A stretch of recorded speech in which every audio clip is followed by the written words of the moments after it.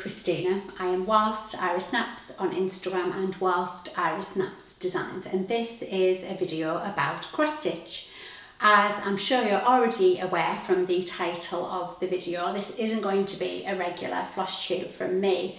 Today I'm going to be focusing on the exclusive chart that I've designed for the Homespun Needlework Facebook group. Now, if you're not already a member of the group, I would highly recommend that you join. I think the group's at something like 13,000 members now, and it is just such a supportive and positive group for you to share your stitching. No drama, just lots of gorgeous cross stitch. Definitely my kind of group.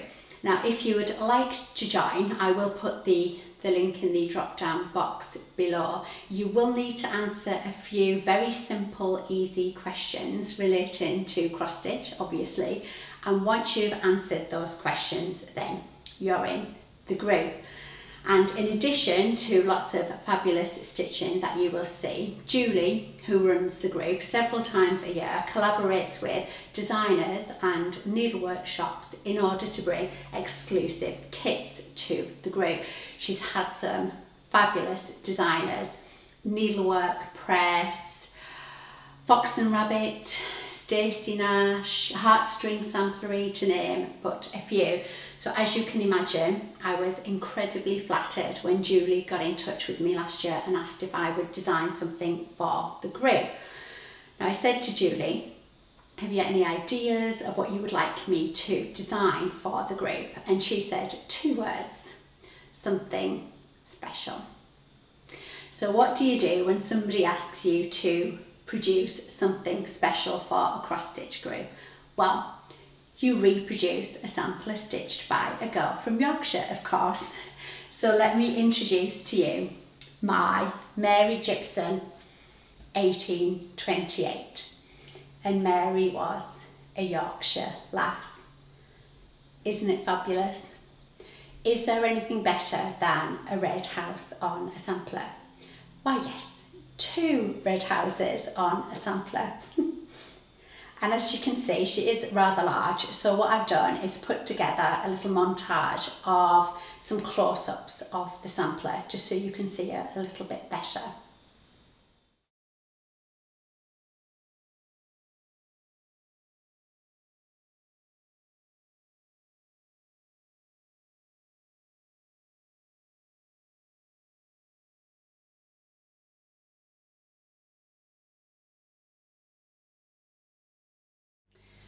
So what can I tell you about our Mary?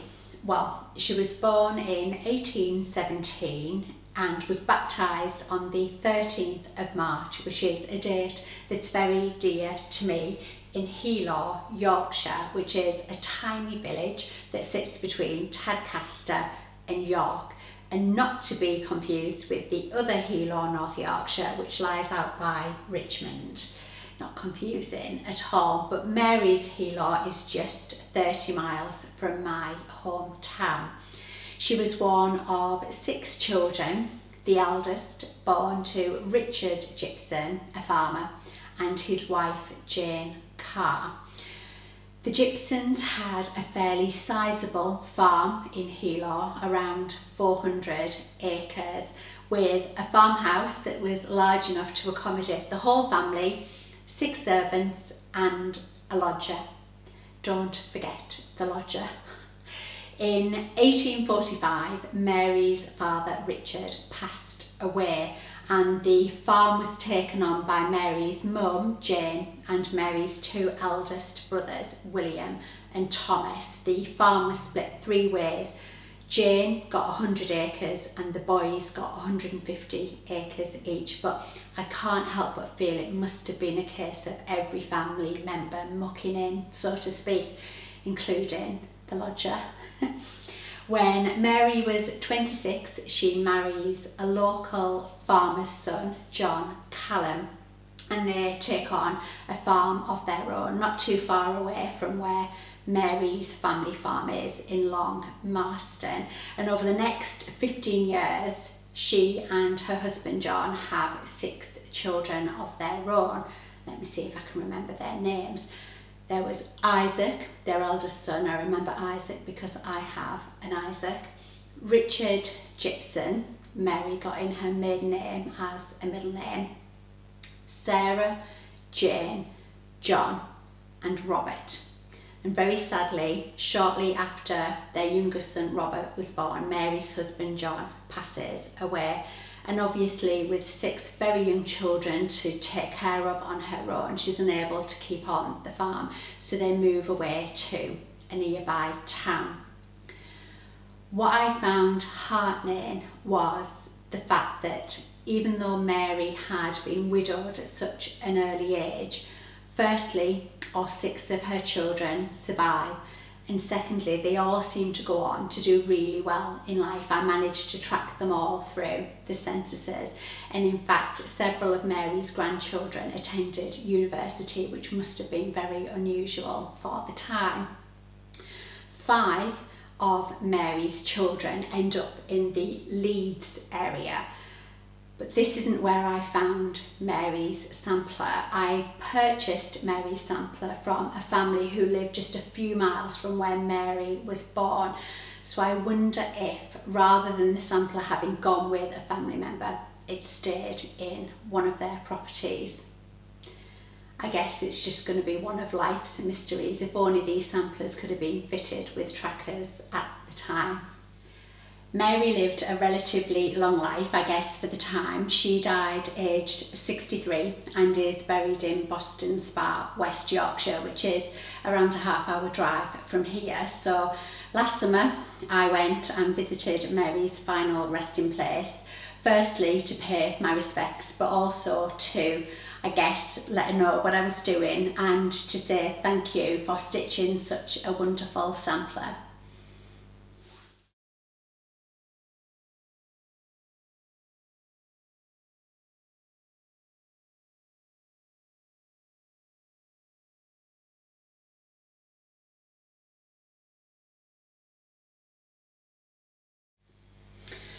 So let me share Mary's original sampler. Oh, you'll have to bear with me, it weighs a ton. It still has the original glass, so we are going to get some glare, I'm afraid, but I will do what I did with my reproduction and just pop in a montage of close-ups for you. Isn't it a wonderful sampler? I just love everything about it. And I think it's probably fairly obvious, given that I've already shared my reproduction, that Mary stitched her sampler on a very uneven linen ground using silk thread. It's around 28 count horizontally and 36 count vertically. So the proportions are very different to my reproduction. And there is stitch loss and quite a few of the threads have faded, but I think you'll agree that those red houses are still standing very proud.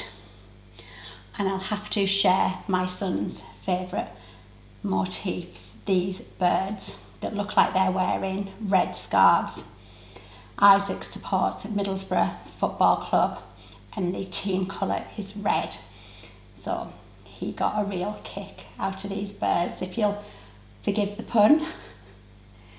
And I have to mention that Mary finished her sampler on the 18th of April, and that happens to be my husband Tom's birthday. So I think you can see exactly why this sampler had to come home to me.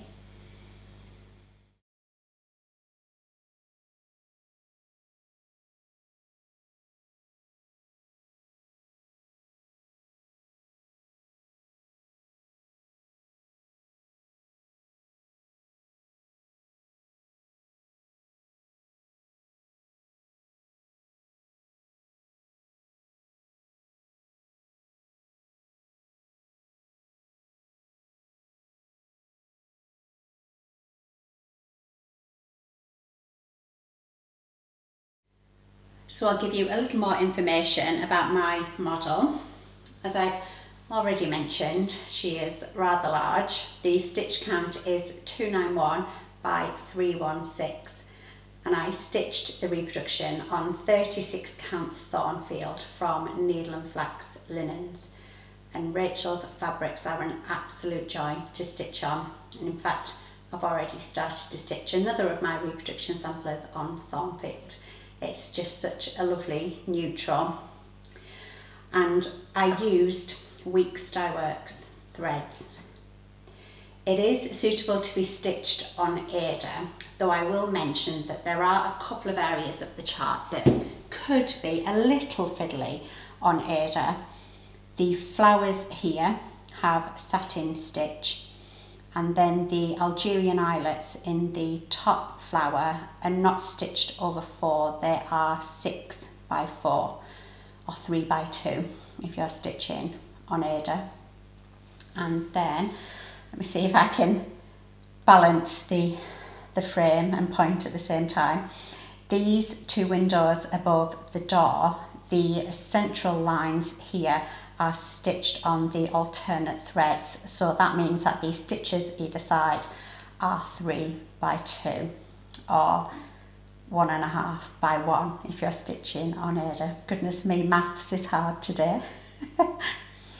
I have gone into more detail with these areas in the chart, and in fact I did stitch these elements myself on Aida, on 16 count Aida. I haven't stitched on Aida in years. I was really proud of those satin stitches there. And I've also filmed myself stitching these elements of the chart on Aida.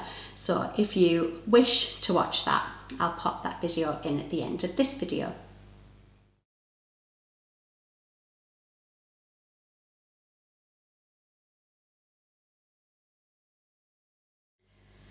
So which shop will be kitting up Mary Gypson's sampler? Well, I'm thrilled to say that it is Hobby House Needleworks in New York. And Kathy, I just wanted to say you have been so lovely to work with. Thank you so much for making this such a positive experience for me. One day I really hope to visit your shop in person, because it is literally my dream shop. So much eye candy. Now, the kits that are available, I need to get this right.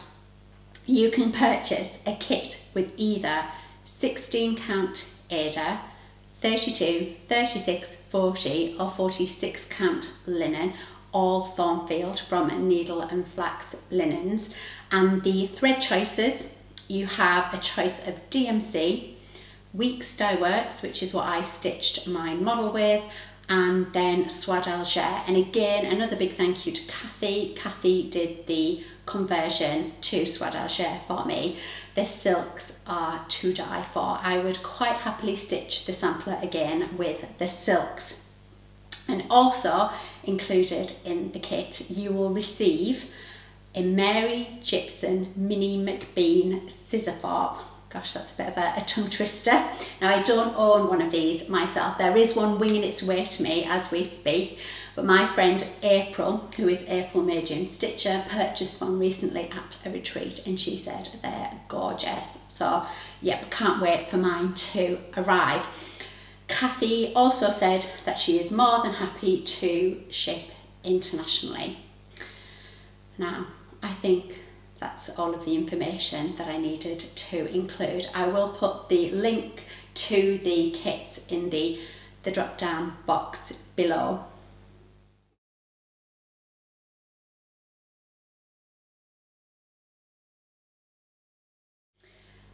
So I think all that's left for me to say is, if you do purchase a kit, I hope you enjoy stitching Mary's sampler as much as I did. And I'll leave you with some photos that we took when we paid a visit to Mary's hometown, Healaugh, last summer. Thanks for watching, and I hope to see you again soon. Bye bye.